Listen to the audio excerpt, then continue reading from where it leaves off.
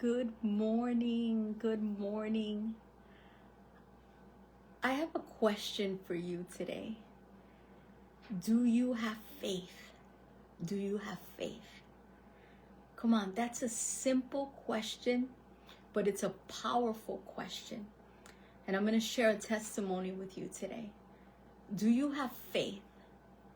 The Bible says in Romans 12:3, it says, "For by the grace given to me, I say to everyone among you, not to think of himself more highly than he ought to think, but to think with sober judgment, each according to the measure of faith that God has assigned." Listen to that. To the measure of faith that God has assigned. So that means that God has assigned a measure of faith to each person. There's a measure of faith that God has assigned to each, but to think with sober judgment, each according to the measure of faith that God has assigned. There's another scripture in Ephesians 2:8-9. It says, "For by grace you have been saved through faith." By grace you have been saved through faith. Through faith. And that not of yourselves. So we can't take credit when we say we've been saved. When we receive Jesus, when we make a decision to say, "God, I want to believe in you." It's by his grace, and it's faith, a measure of faith that's been given to us to believe, and it's not of ourselves. It's a gift of God, it says in Ephesians 2:8, not by works, lest anyone should boast. So it's faith. It's a measure of faith that's been given to us. It's a gift that has been given to us. And when we believe, the Bible says that anything is possible if you believe. So the answer to that question today is yes, you do have faith. You do have faith. And when you begin to use your faith, the measure of faith that you have, when you begin to use it, it grows. Every time you use your faith, it grows. The Bible says that we go from faith to faith. So when you use the faith that you have, it grows. So I want to tell you something today. The enemy is after your faith. Because faith is the substance of things hoped for. So that's why when you become hopeless, you begin to lose your faith. How do you lose your faith? Because the enemy's after your faith. That's why when people become hopeless, they stop hoping. Faith is the substance of things hoped for. So that's why you got to begin to hope for things. You got to hope. Faith is the substance of things hoped for. I'm going to tell you a quick testimony. Yesterday, my son turned 23 years old. Many of you know my son Eli. My son Eli, when I got pregnant from Eli, and I'm going to share this testimony. I've never actually shared his full testimony online. And I'm going to also put this on YouTube. So if you didn't hear the whole thing, you can go ahead and hear it later on YouTube. My son was born prematurely. He was actually 35 weeks. I was 35 weeks pregnant when I had him. At 4 months pregnant, when I was 4 months pregnant, I was told that there was a good chance that I wouldn't have him. Right before I had Elijah, I had miscarried a baby right before him. And I was told I most likely wouldn't be able to have another baby. After I had my daughter, I was told I wouldn't be able to have any more babies. So the truth is, I didn't think I would ever be able to have a baby again. I had cervical cancer after my daughter. And because I had cervical cancer, I had my most of my cervix removed after the cervical cancer. And I actually have never shared this testimony before. And because of the cervical cancer, I had half of my cervix removed. So getting pregnant means that most likely I would miscarry. As soon as the baby begins to grow, I would miscarry. So as soon as I got pregnant I miscarried, and getting pregnant again at this time with Elijah.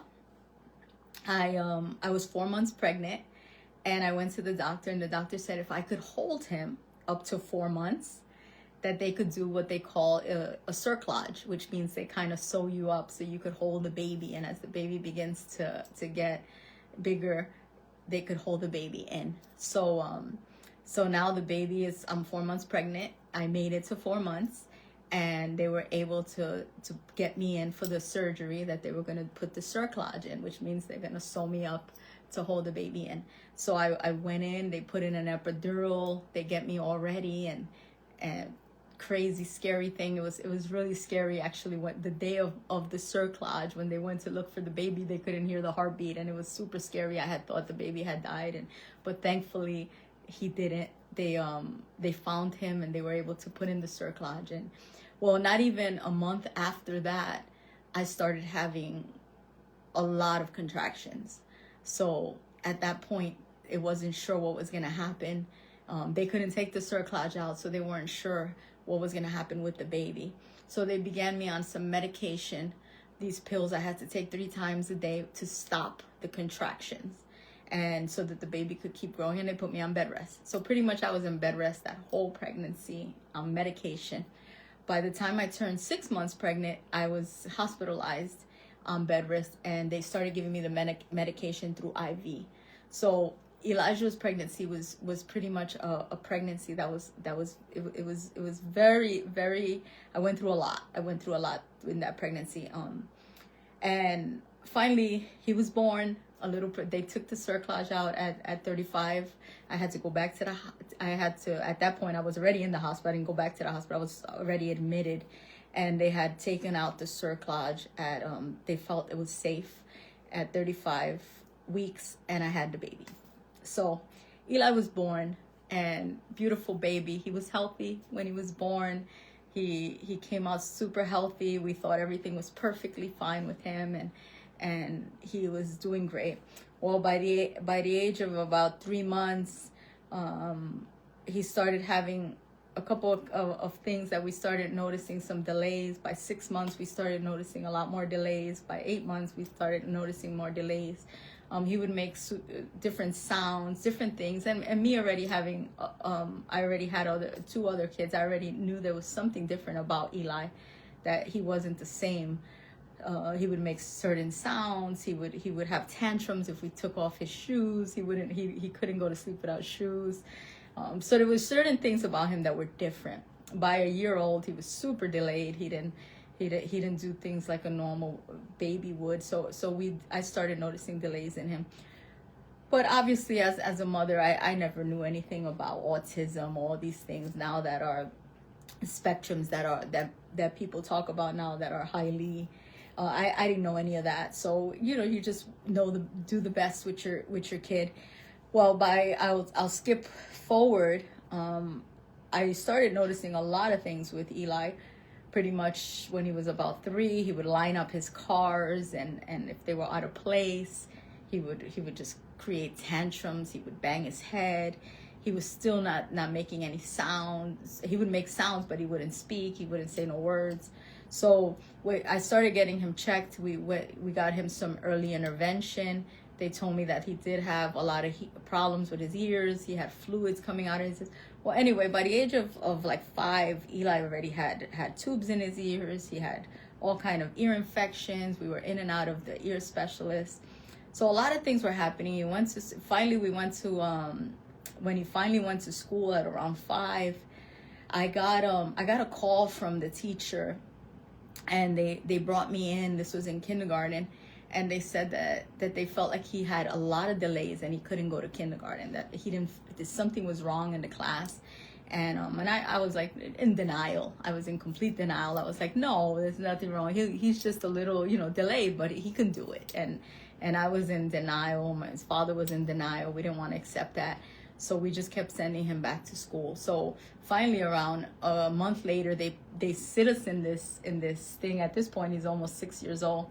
They sit us in this school board meeting, and we get in this classroom, and everyone's there. There's like 7 people on the table, and they bring all my son's paintings and all his stuff, and they pretty much tell me that he can't be in that classroom. They got to put him in a special classroom because he can't do the work of the. And I have like an emotional breakdown, and I'm like completely like, no, like, what do you mean? Like, so it was just all bad. At this time I wasn't saved yet. I didn't have a relationship with Jesus Christ, and I took it so bad. I busted out of there, and I was like, no, my son. So finally I gave in, went into all the programs. We got him tested for some things. They told me that they diagnosed him with what they call as persuasive developmental disorder. They said, well, what your son has is, at this point, he's been banging his head, he's been hitting us, he's been breaking things, he's just super frustrated. They realized that he was deaf, that he had about only 4% hearing in one ear, and now diagnoses are starting to come in, and they're finally figuring out what's wrong with him. And I'm starting to have to deal with that this is a reality now with him. And as we started accepting it, we sit in with the psychiatrist that was highly specialized in this area. And they told me that by 6 years old, 6 to 8, there's a good chance that we wouldn't be able to handle him. Children that have these disorders, most of the times get really violent. And at this point, I was already experienced that. I had black and blues all over my legs. He would hit me. He would try to hurt me. He was so frustrated. He would head bang us. He would bang his head all over the walls. And they said, most likely you wouldn't be able to handle him in another couple of years. So you would probably have to institutionalize him. And I was like, no, that's not going to happen. There's no way I'm not institutionalizing my son. And so they said that, and I wasn't accepting it. We started putting him into early intervention, all this stuff, and I was gonna go ahead and fight for it. By this point, I had got saved. I had given my life to Christ. I had started taking him to church, and we started kind of changing our life in the midst of my craziness and all the stuff I was going through. At that time, I had already kind of had a nervous breakdown, and I was like all messed up in my head and things I was going through. But I realized that I was gonna fight for my son, and we were gonna get through this, and I wasn't gonna give up on my son and his father as well. He was like, nope, we're not putting him in no home, and we're gonna fight for him. So we did, and that's what we chose. We're not putting him in anything. We decided no medications. We didn't want to put him on any medications, and we just started to believe I'm gonna start working out. I'm gonna get strong. I'm gonna learn all that. I started taking classes on how, I could deal with him, how I could wrap him so he wouldn't hurt me, and how I can start doing behavioral therapies with him, and we're gonna get through this. And no, we're not giving up on our son, and that's what we did through years. Shortly after that, we had moved to California. We started a new life over there.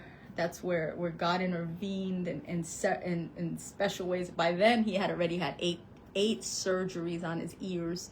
He had scar tissue. He had they couldn't do no more surgeries. They said that's it. Pretty much the 4% of hearing he did have.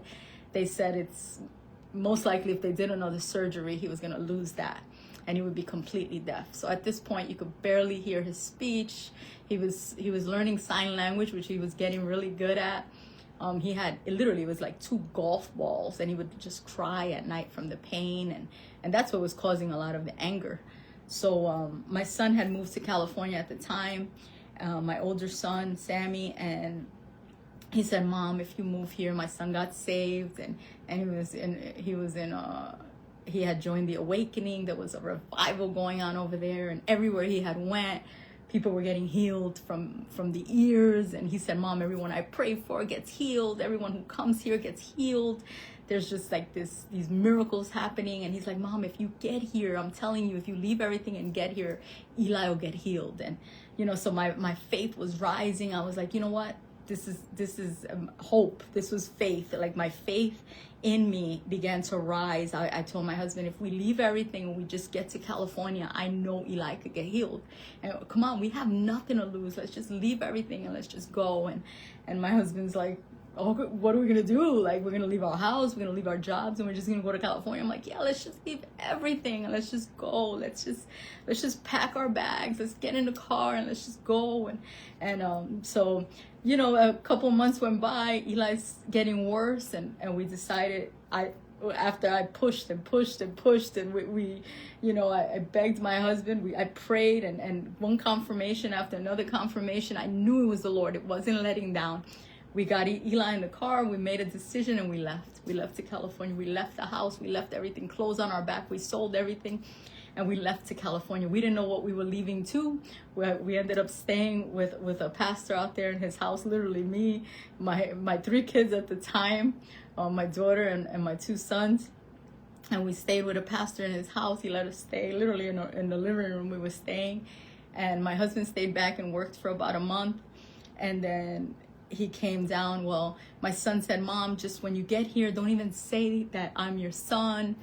Just go up and ask the pastor to pray for Eli and just have him lay hands on him, and Eli's gonna be healed. And by faith, we drove out there. I drove out there with my kids all the way from Dunkirk, New York to California. We drove out. It took us 3 days, and we drove in the car. Eli cried the whole time. His ears were so bad. He stopped at hotels and he screamed. And this is real life testimony. I mean, it was bad. I mean, he was like, my ears. And I mean, you could barely hear him.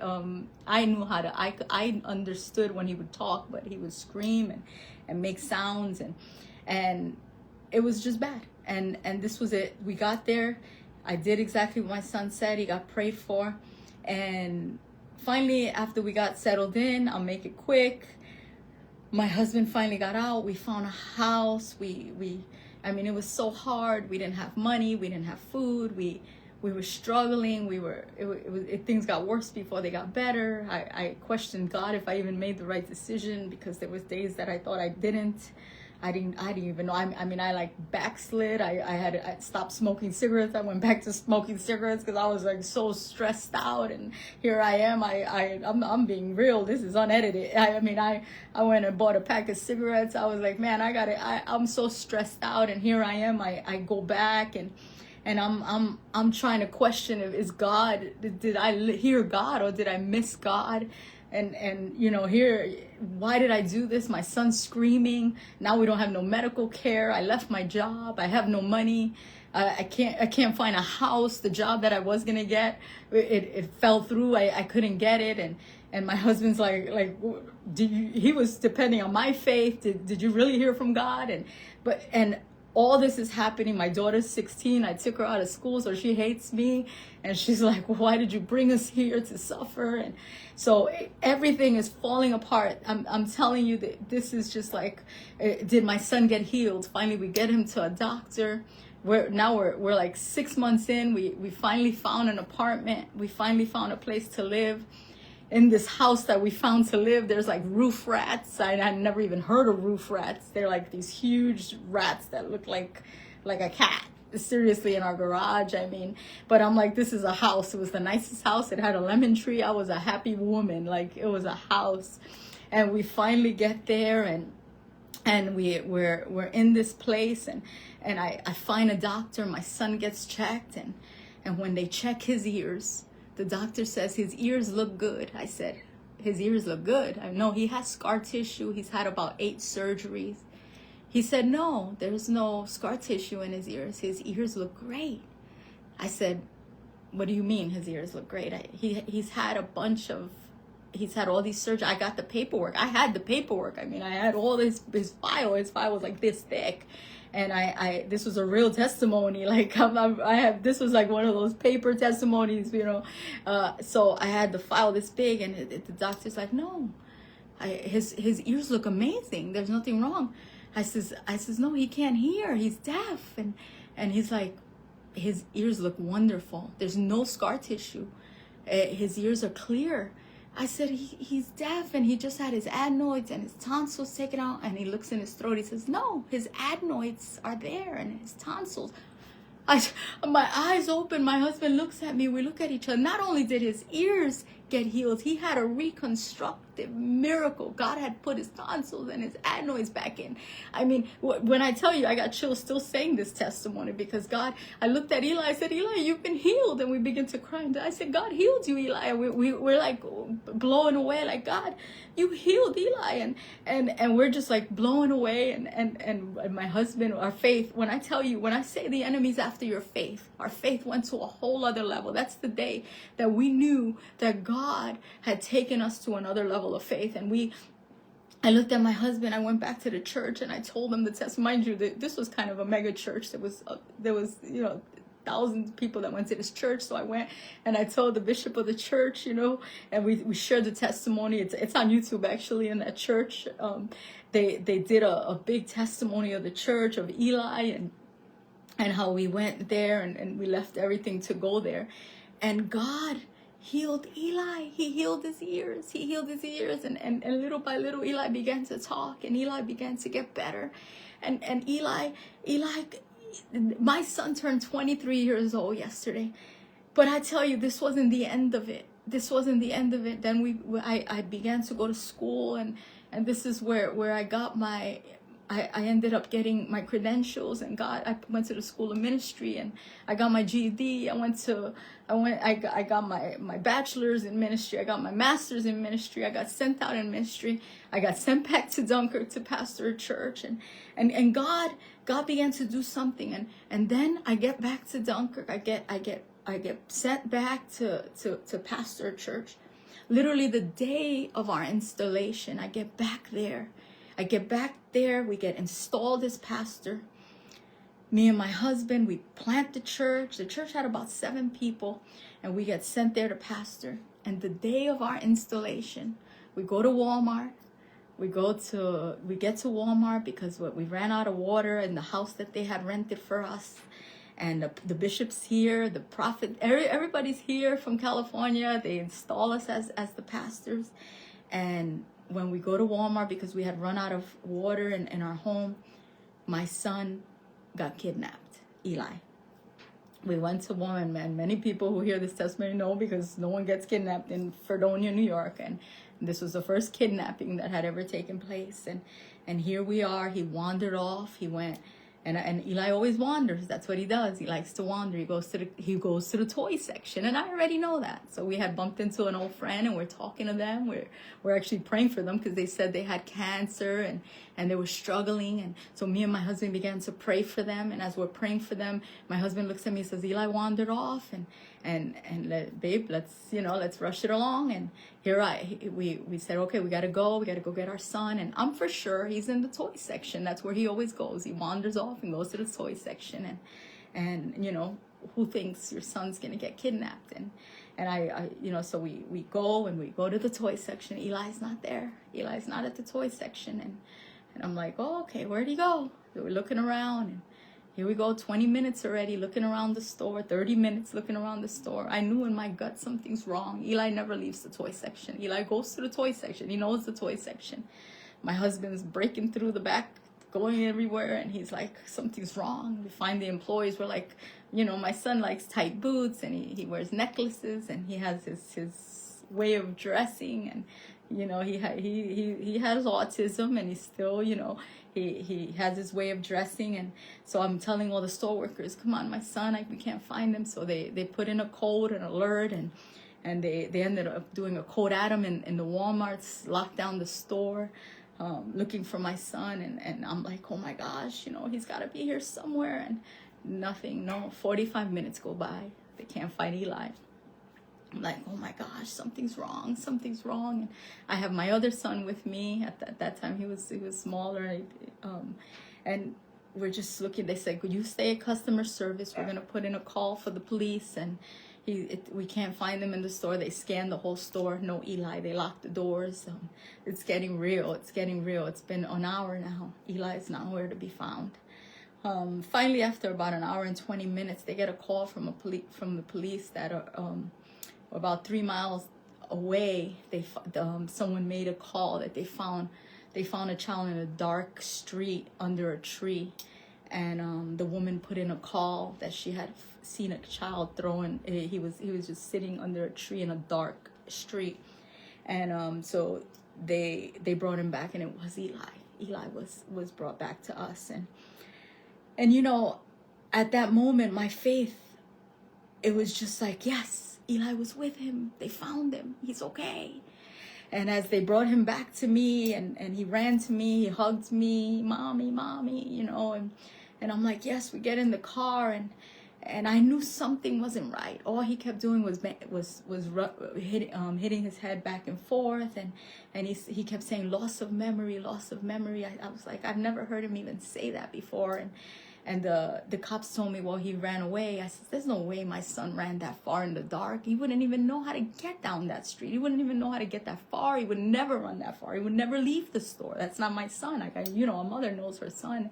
I'm like, and all I could think about is I want to see the cameras. Something happened to my son, and they're like, no, he just ran away. I'm like, no, something happened, and you know, I told my husband, we're not leaving this parking lot. Something happened to Eli. Something's wrong.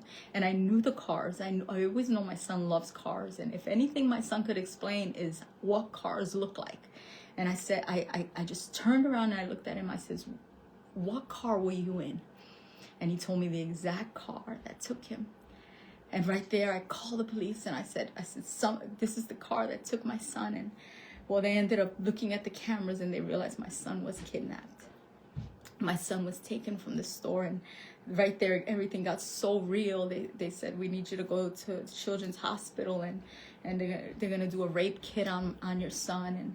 And I'm hearing these words, and I mean, I go from being installed as pastor in this new city, and we're about to take the territory, and I'm so excited to start this new ministry, to going to my son getting kidnapped, to going to get a rape kit. I mean, all my life just shattered, and I mean, God. When I say the enemy comes against your faith, I was like, but even then I was sure. I was like, nothing happened to him. God was with him. God protected him, and nothing happened to my son. He was okay. God brought him back, and he's good.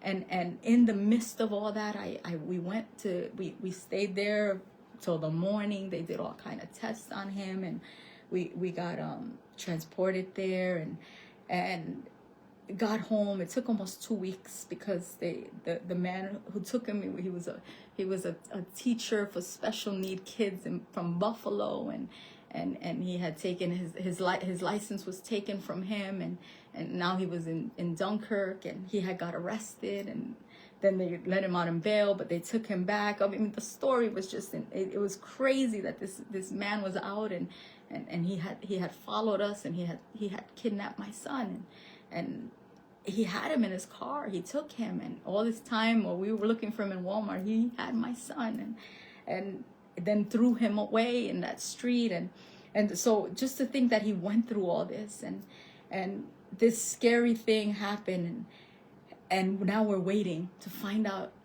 what he did to him. And my son wouldn't verbalize. He wouldn't talk. He's completely shut down. He wouldn't say anything to me. He wouldn't talk. We couldn't get a word out of him. And finally, 2 weeks later, at that point, our bishop wanted to take us home. He said, look, we could shut down the church. We'll take you home. We'll get you guys healed. He was so concerned. And my daughter called me from California because she had stayed back. And she said, Mom, you said that God sent you there. You can't leave. You got to stay. You got to fight, Mom. You were sent to that region. You said, Mom, you got to stay. You got to fight.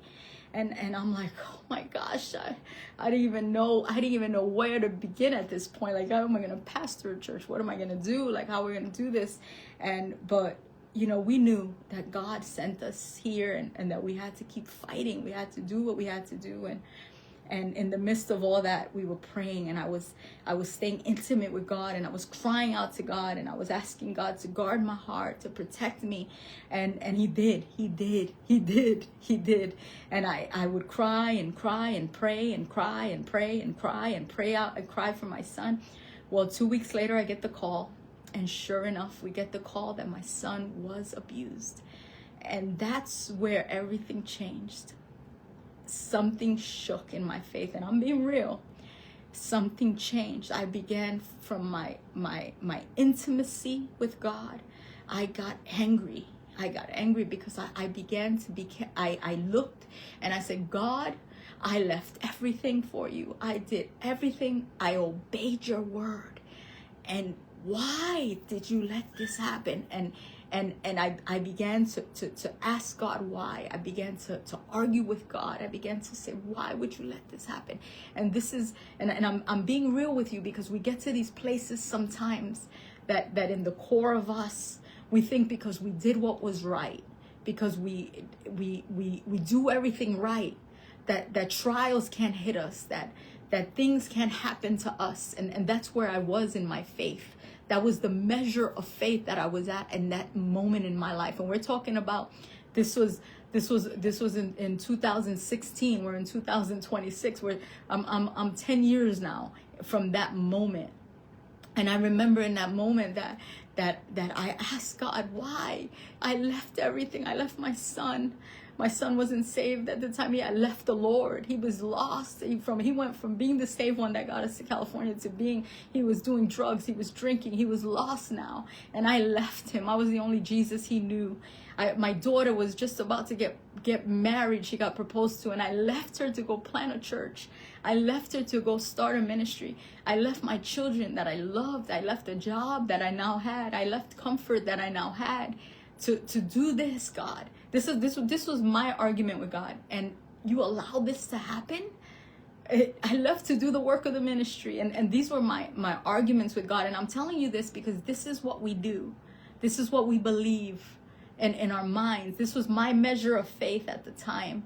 And I began that, and I said, God, how am I going to do this? But God, but one of the things I did do is I said, but God, if you want me to keep going, please help me. And in that cry, I could tell you that God brought me through. I kept past that Sunday. I went and I preached from that pain. I preached. The bishop said, you don't have to preach. We could get someone else. He said, no, I'm going to preach. I preached that Sunday. I preached the Sunday after. We went from 7 people to a church that was filled. There wasn't chairs to fill that sanctuary. I mean, God began to fill the church. We went to trial. We won the case. The man got arrested. The man, he's now serving 19 years in prison. The hundreds of people that were abused by him, that parents never took the stand because they wouldn't put their kids on the stand. I told Eli, you're going to take the stand, and we're going to fight, and this man is not going to do this no more, but we're going to forgive him, and we're going to believe that God is going to do a work in him, because we can't let him continue to do what he's doing to the children of Western New York. We're going to stand. God sent us here to stop the work of the enemy, of what he's done to children year after year in this territory. And Eli took the stand, not once, 3 times, because he won the appeal. First one was a hung jury. Second time we won. And the third time he won the appeal, which we just went to court again last year. Last year we won this case now, and he got 3 extra years plus 10 years that he will never ever be able to get a computer because of the catfishing and all the stuff he's done. Because Eli could completely speak now. Because Eli completely testified of everything that happened to him. Because Eli now is healed. His heart is healed. He no longer, he went from having nightmares. He went from being on so much medication on PTSD. I mean, Eli takes 1 medication now. 1 medication my son is on right now. And it's only to help him with a little bit of anxiety that he gets. But I'm telling you, my son he went from being on almost 7 medications. He couldn't sleep. He would bang his head. He would hurt us. I mean, he doesn't have no violent activity no more. I mean, 23, and I say this testimony because he just turned 23 years old yesterday. And every once in a while we have our little outbreaks, and I remind him of the man of God he is. I remind him of the man of God he he is. I remind him that one day they said he wouldn't live with us. One day they said that he would be institutionalized because the enemy had his hand on him from young. But God took him and said, no, the enemy tried to kill him from my womb. But God has a plan for him. And I believe God still has a plan for him. He was just telling me, he says, Mom, I want to have... We've been to churches that he hasn't been accepted in. And we've been to places that he hasn't been able to be at. But God has had his hand on him. And this season we've went to church and he has friends. People love him. Today we're celebrating and his friends are coming over to be with him. God has had his hand on Eli. And today my notes are, keep on, keep your focus, keep your faith. Because I'm telling you, in due time, if you don't let go, here we are, 10 years later, still in Western New York. It's still here. And no, we don't have the church no more. But God has allowed us. God has allowed us to minister. God has allowed us to continue to preach the message of salvation. God has not allowed me to stop preaching the gospel. Because the truth is, God is who he says he is. And we didn't leave here. No, we didn't go back to California. No, we didn't leave here. And God has not finished and I will not leave here until we're finished. When God says we're done, when God takes us out of here, we'll leave. But when God has a plan for your life, I want to tell you this. When God has a plan for your life, there's no enemy that can stop it. And God had a plan for Eli's life. God had a plan for my husband's life. God had a plan for my life. And no matter who questioned it, no matter who talked about us, no matter who's lied about us, no matter who's come up against us, God's hand has always been upon our family. God's plan has always been on us. And I have stayed with my eyes set upon the Lord. And I've said, God, you know me. You know our hearts, search our minds. And I want to tell you this today, that many are the afflictions of man, but God delivers them from them all. So you're going to have afflictions. You're going to have pain and you're going to have moments. And I want to tell you that. That's why I started this with, do you have faith? Yes, you do. You do have faith. Don't think that you're not getting your healing because you don't have faith. Don't think that you're not getting your breakthrough. I want to break that lie. I've heard people say that you don't get healed because you don't have faith. That's not true. That's not true. Because I could have faith for you. I could have faith. Remember the man that his friends brought him through the roof and he got healed. Come on. He couldn't get there. Remember the centurion that had faith. Remember that someone else could have faith for you. Come on. There's a measure of faith in you. There's a measure of faith in you. There's moments that you may not have enough faith. There's moments that your measure may small. God says that there's a mustard seed of faith that you can sow. Sow your mustard seed of faith. Even if it's that small, it could move a mountain. It could move a mountain. Don't think that your faith is too small that it can't move the hand of God. In my moment that I argued with God, in that moment that I felt like I had no faith, like, God, I don't even have enough right now. I didn't think that you would do this to me. I didn't think that you would let me down. Here I am 10 years later. 10 years later. I love God more today than I did then. I love God. God has never left me. He's never forsaken me. Today my son, look, I wrote the book.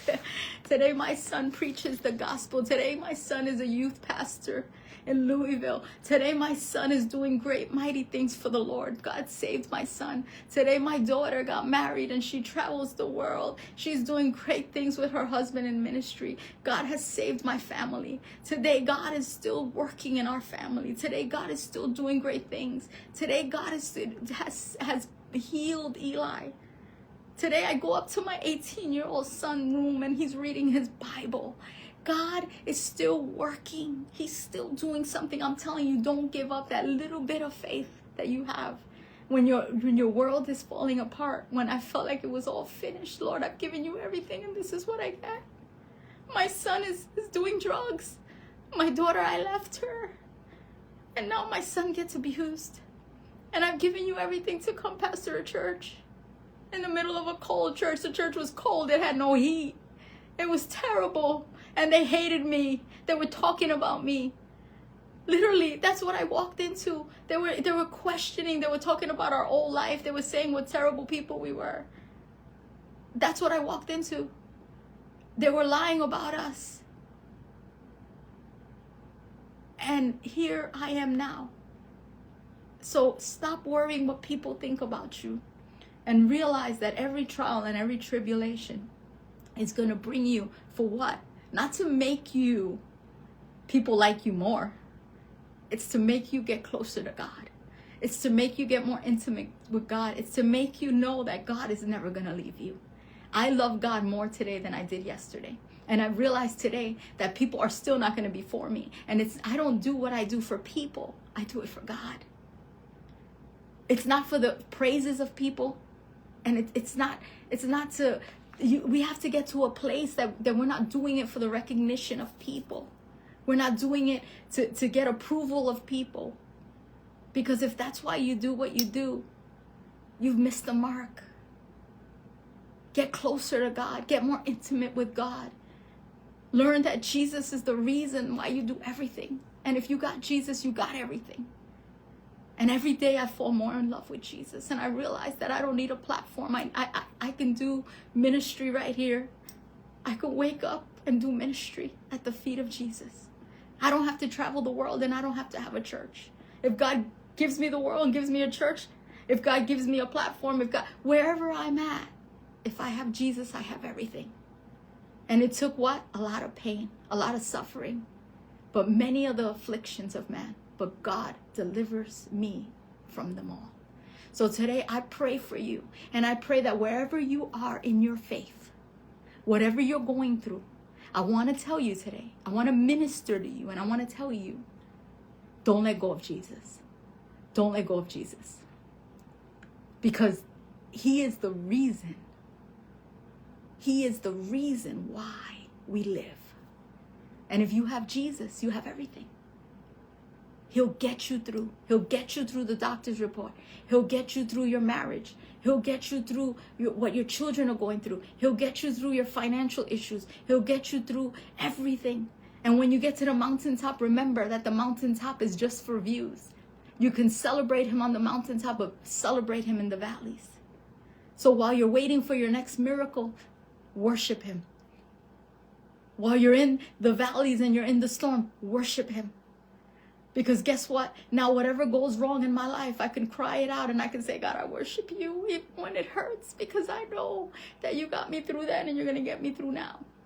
So whether I'm in the big house or in the house with the roof rats, I know that God is by my side. And how did I learn that? From the trials, from the pain, from the suffering, from the losing, and from the gains. And through all that, I could give you 25 more testimonies of what I went through in all that time.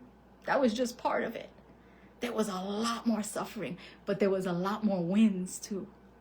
There was many wins through all that. I could share the suffering, but I could also share the many wins, the many people, the many salvations, the people who've been saved for years, hundreds and hundreds of salvations that have come through my 10 years in Western New York. Many, many salvations. Many people have got saved. Many people have been changed. Many people have been loved. Why? Because of Jesus. Because Jesus has been a part of it all. So today I share that story so that you can know that if Jesus is a part of it, it's not about us. Just surrender your will, your ways today. And remember that God, if God is for you, you win because he's already won. So today, this book is Sammy's book. And I'm working on Eli's book. Eli's book is going to be a lot thicker. This is a whole other testimony from when I was 14. But Eli's book, those 10 years of Eli's life, I don't want to finish Eli's book yet, because Eli's book is not finished yet. I believe that there's still a conclusion to Eli's book, and it's going to be good. So I love you, my friends. I pray you are blessed today. And I pray that you know that Jesus loves you and that you do have faith. Don't let no one tell you that you're not healed and you're not whole because you don't have faith. Because Jesus says that he's given you a measure of faith. And that's all you need, what he's given you. Keep on going. Don't give up. Bless you, my friends.